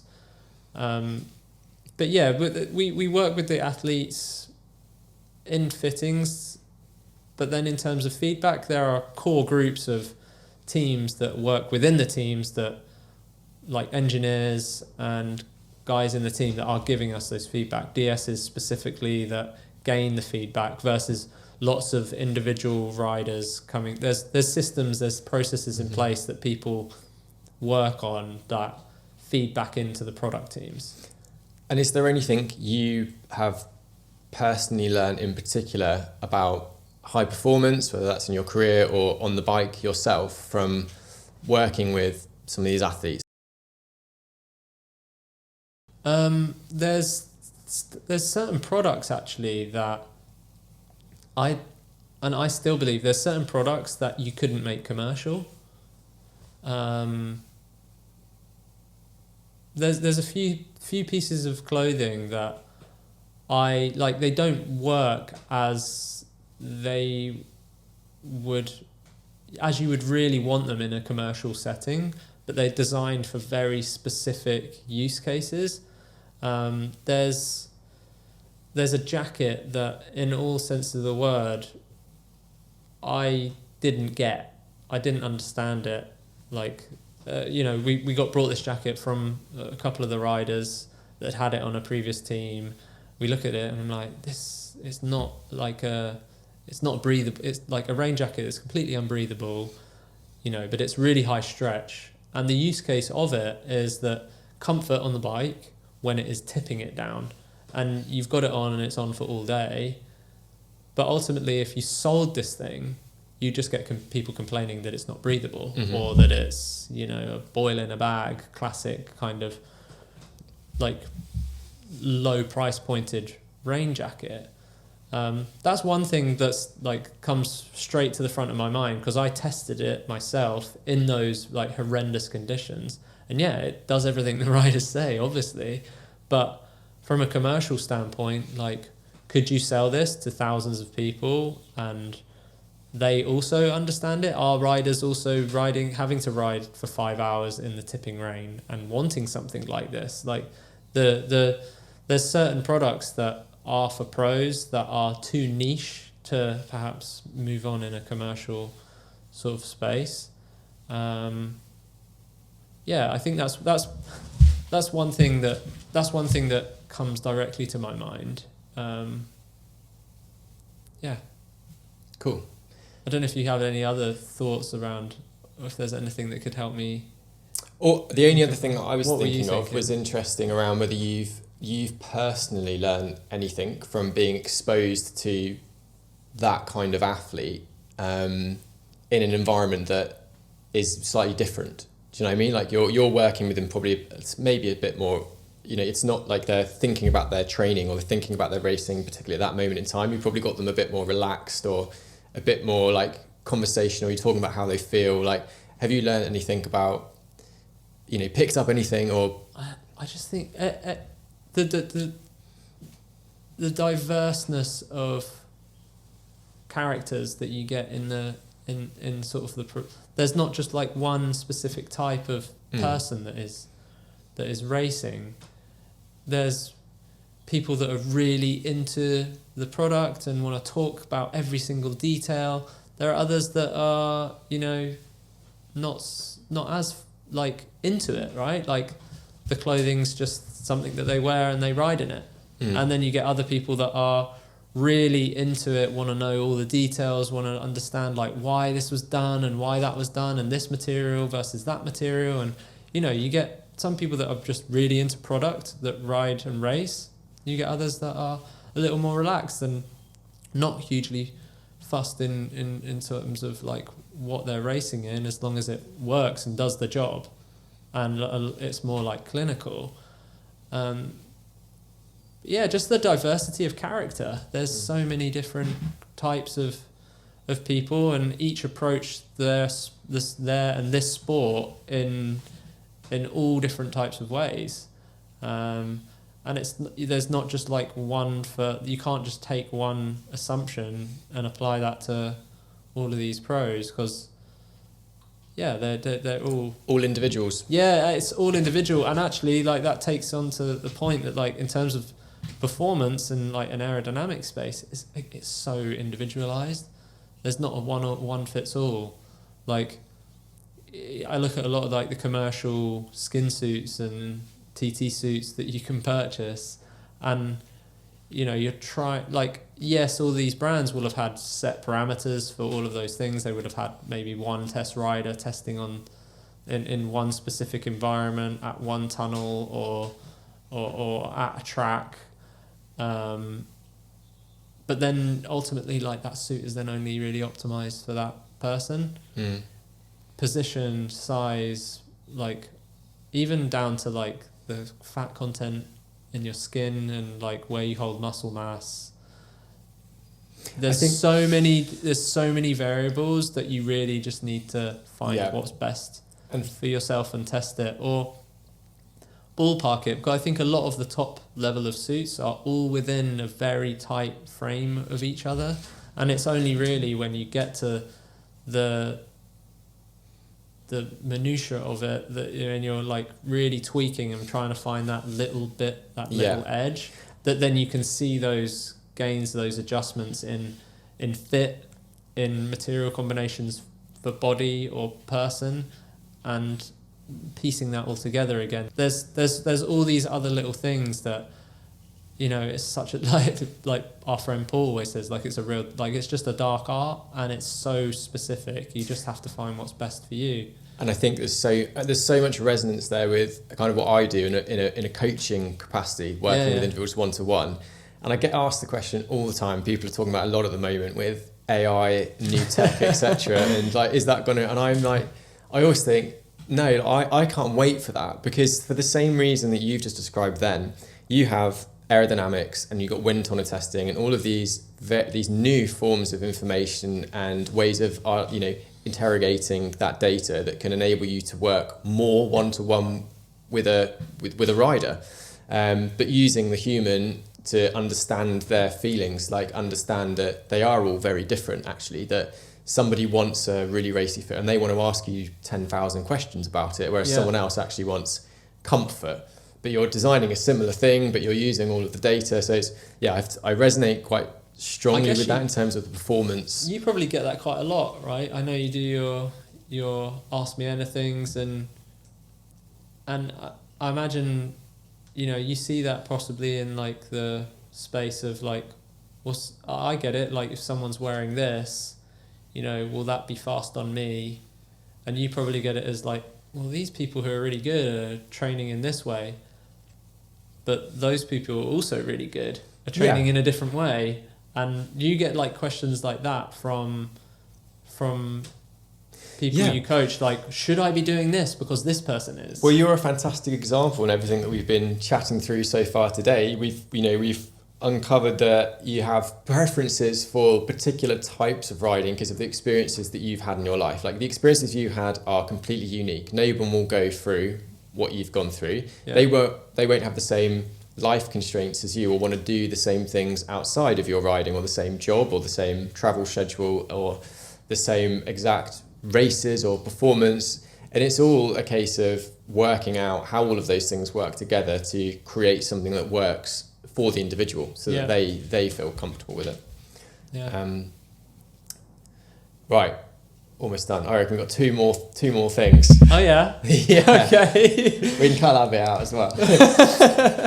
Okay, so I'd like to talk about a nutritional side now. So you have been a vegan for the last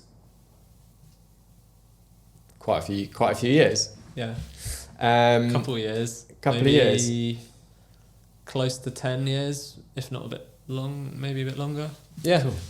Vegetarian first, and then was like, no, this isn't working, and went fully vegan.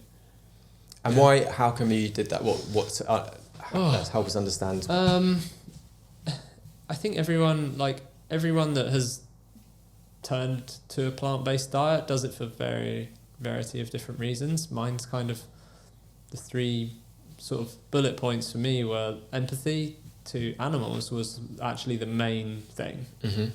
And you can't contest that. It's empathy to animals. One of the big things was actually getting a dog, strangely, and you're like, and it helped. My best friend and Maddie's older sister were both vegan, and we hung out with them a lot, and they would talk to us and ask questions and almost get us to question our answers. Mm-hmm. In the way that you're asked, a simple question was like, why is a pig that I'm choosing to eat any different to my dog, and what is it that has created those differences? Is it that a dog tastes worse than a pig, or is it that society has transformed our view on what a pet is and what a pet isn't? And so really that was the main factor that turned it for me, was just empathy to all, and empathy to animals. 5 minutes of enjoyment of a dish, and it's not to say I don't enjoy eating a steak or a chicken breast or whatever. I didn't just suddenly stop liking those things. It's that enjoyment of 5 minutes for a meal, where things has become like a commodity. I could just go and buy this packet and cook it. That disconnection, that disassociation from animals to my plate of food was a big thing. And when you start really thinking about that and getting into that and bringing that association back to what's on your plate, and then the empathy that the love, I see my dog, my dog's a part of my family, and I imagine everyone that owns a dog, majority will see their dog as a part of their family. Mm-hmm. And it's like, how can I distinguish the two? Like, there's no difference for me. And so what are the other 2 bullet points? Environmental. I mean, I don't want to spout load of information. Like, I could go into it, but I won't. That's okay. Like, yeah, definitely like the environmental factors. Yeah, like ethical factors, and this and the two kind of can combine there. Like, one of the little spouts of factual information was that soya is one of the biggest causes of deforestation in the world, but the vast majority of that is fed to feed cattle, to feed the Western world. If you took that food, there's people starving. If you took all of that food, you could feed the world multiple times over, with ease. But we don't. It's like a greedy, selfish act. And I think you've used this now the last few years as almost a bit of a secret weapon, haven't you, in terms of the way that you view your nutrition for your performance. But obviously it's not traditionally an area that people would associate or following that kind of a diet with high performance. So what do you say to people who say you can't be a high performing athlete whilst following a non-traditional diet? I honestly, I don't know what to say. I think they need to try it for themselves, ultimately. Like, I don't want to take like a preaching stance on it. Mm-hmm. I think everyone can do what they want, ultimately. Do you feel like it's helped you? Do you feel like there are... Because I think like I work with a lot of athletes and from a nutritional perspective, and I often actually find when people have a dietary restriction for one reason or another, whether it's by choice or whether it's health condition, their level of knowledge and how informed they are about what they need to be doing can actually really help them. So and I find this with you as well. Like we know that when you want to achieve something within your training, you have you know how to do that from a nutritional perspective, and you've done a lot of research around it. Exactly. Like, ultimately it comes down to getting the right amount of calories in and the right macros in for that, and you can get everything you need from a from a vegan diet. I just when people say that you can't, I'm like, well, you're not. That's not right. That's not accurate at all. I think one of the biggest things, and I'm not completely educated in it, I just know from a fact that when you have an open wound, they tell you to stop eating dairy because of the inflammation that dairy brings to the body.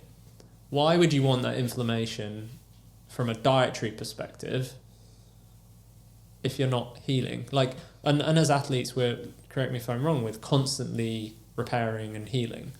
Why would we want to put any of that in our body that could potentially restrict the level of healing that we need to go the next day? I do find that I don't get ill as often as I used to.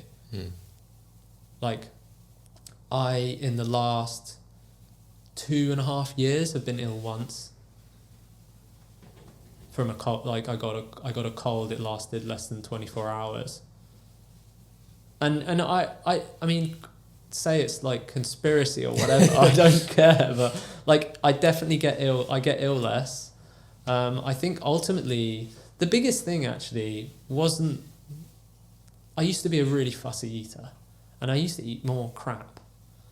And turning vegetarian and then vegan, I got way more inventive with what vegetables I was eating, the spices I was using to flavour food, and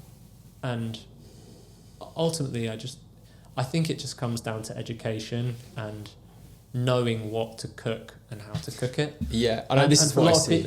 And the problem with talking about dietary stuff or dietary restrictions or following a plant-based diet is a lot of the time people don't like to hear something that is different to the decisions and choices that they have chosen to lead their life in. And ultimately that's fine. Like, really, like I'm not pressuring anyone to do it, but it's helped me. Honestly, I truly believe that. And people look at me thinking, well, you're really skinny or whatever. It's like, I've literally always been this way. I used to eat shitloads and really bad diet and really bad like food. I've never put on, I actually struggle putting weight on. And maybe you could say, oh, you don't eat enough. It's like, my wife can tell you I eat a lot of food. Yeah. And I always aim to fuel all of my rides, and like as much as you can, right? You're always, if you're going on long rides, going to be in some form of deficit and need to refuel later. But I've just been built this way since I was younger. Yeah. So it's not like, oh, he's vegan, he lost a load of weight. I actually completely maintained the weight that I had, going like pre-vegan to vegan. And yeah, it just comes down to knowing where and how and what you're getting your resources from. And I know people bang on about protein and needing enough protein. I'm a believer that actually protein is massively overrated and carbs are king. And I think there's been some transition in that. Like, definitely, what was it, like 10 years ago, people were doing the low carb, like high fat diets, and like I never was into that. Well, I think the interesting is if you're fueling to meet the demands of what it is that you're doing, when you're training a lot and you're putting a lot of, you're expending a lot of energy and you're actually taking on a lot of food, it's with protein, if you've got a good balanced diet, it kind of irrespective of what it is that you're putting in, as long as you've got good variety, you're almost hitting your protein macronutrient target anyway. So that would be the same for you, and that's because you've researched and you know how to get the variety in. We're in a world now where people are starting to, for a variety of reasons, some of which you've articulated there, move to or include some plant-based meals or days within their diet. So what are your top tips, having been someone that's done this for 10 years and also performed very, very highly? If someone wants to do more of that, what would you suggest they do? This tip comes from, I can't take credit for it, comes from one of my good friends who was vegan at the time, was trying to convince me to also like make the step. He was like, what's your favorite meal? Okay, I'm going to recreate that for you in a vegan way. And I get there's some things that are really hard to recreate. Like if you just want a lump of meat on a plate, right? Yeah, okay, fine. But like if it's a curry or, that has some form of meat in it, like try and replace that out with something else. There's things you can do by like freezing tofu and then like frying it and like taking it, like getting it to take flavors on or different textures. It's like, what is it that you enjoy about eating, I'm going to say flesh of another animal because that's what it is. Like, what is it you enjoy about that? Is it texturally or is it a flavor thing or what? Like, what is it that you enjoy? And then just try to replicate those textures, those flavors in sort of a plant-based method and create your meal, your favorite meal as a vegan meal or a vegan version of that. That would be like one thing I would say. And just, explore like what types of vegetables you don't currently have in your fridge. Like buy different types of vegetables and cook them in different types of ways, because there's so many methods of cooking vegetables and different vegetables that will give you different flavors and textures, and like just trying to bring some of that in. I mean, my go-to meals tend to be like a huge Thai curry, or Maddie cooks an amazing like African stew, actually, like peanut-based stew, which is so rich and flavorful. And ultimately, like, you're not lacking flavors with a vegan diet, with the amount that you have on offer to eat. And things don't have to be boring. Like, it sounds boring. Like when you say, what do you eat when you're a vegan? Where do you get your protein? And it's like, there's so many like beans and pulses, and you can blend stuff and mix different spices in to make creamy textures for like amazing, like fragrant like pasta dishes, and there's so many different options out there. And you just got to start with 1 meal a week, even, like, or just try and replicate the meals that you find yourself cooking a lot, and just spin it, like see if you can change that out and do it in sort of a vegan way. I mean, I'm not going to help everyone that are just like 100% like pure meatheads and eat loads of meat. It's like, I doubt that's going to help you, but ultimately I think if you're a high performance endurance athlete, the majority of your calories should be coming from carbs, so play around there, and yeah, that would be my couple of go-tos. Perfect. Yeah. Cool. Well, I'm going to have a go wrapping up. Yeah, sure. Okay, so we've spoken a lot today about your history, your background, how you've become one of the world's most prominent esports cyclists. I think that's a bit too much, but yeah, I give it a go. It's true. You're a British national champion. You finished 5th overall in the Zwift games last year. Yeah, I mix it up with the best guys. There's a lot of good guys out there. You mix it up with the best guys. You also career-wise mix it up with the best in the world, and you're working with the best in the world. If you've got one take-home message for people about how they can try and get the best out of themselves, what is it? Honestly, community and enjoyment, like being around people. That's the best thing about cycling, is that there's a wealth of like culture in the sport, and yeah, it's exciting. And cycling is a social thing to do. It's also enabling and free. Like, you can get out and visit different places and see things through a different lens. That would be find enjoyment first, and then fitness comes after the enjoyment, really, and always has done. Like, community and enjoyment of being on the bike, stage 1. And then when you find yourself riding more and enjoying your bike more, you're getting fitter. And then if you want to spice it up with some sessions involved, or try and better your performance on hills, just go back and hit that hill as many times throughout the year as you can, and try and better your time. Yeah, that would be my main thing, is just find enjoyment first in what you're trying to do. Perfect. Yeah. I love that. Right. Yeah, that's great. Well, Tom, thank you very much. Thanks, Joe. I've just been told we've been here for 2 hours. So let's go. Might not be the final cut, but thank you very much for your time.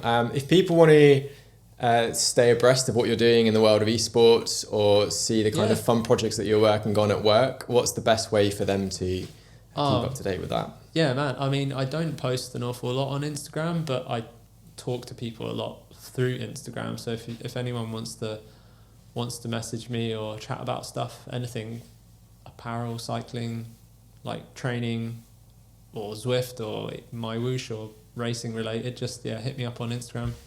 Should be pretty responsive on there. And I post regularly. I post on stories a bit more than the main page, but yeah, I'm easily accessible through that. Mega. Well, I'll make sure that the details are available somewhere. All right, man. Thanks so Mega. much. Cheers, Tom. Thank you very much. Appreciate it. My name is Joe Staunton, and I work with motivated athletes of all levels to get the best from themselves. This podcast will look to delve deep into the stories of high-performing people, covering a variety of angles of human performance. If you like the sound of that, please feel free to like and subscribe.